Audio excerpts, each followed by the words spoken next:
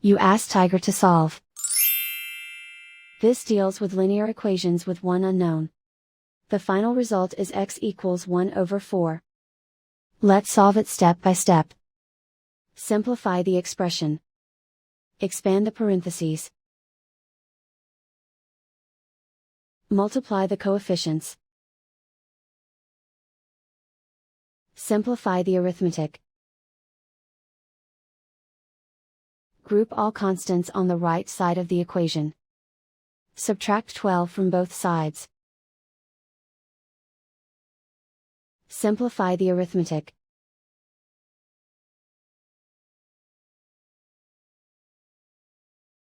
Isolate the x. Divide both sides by 4.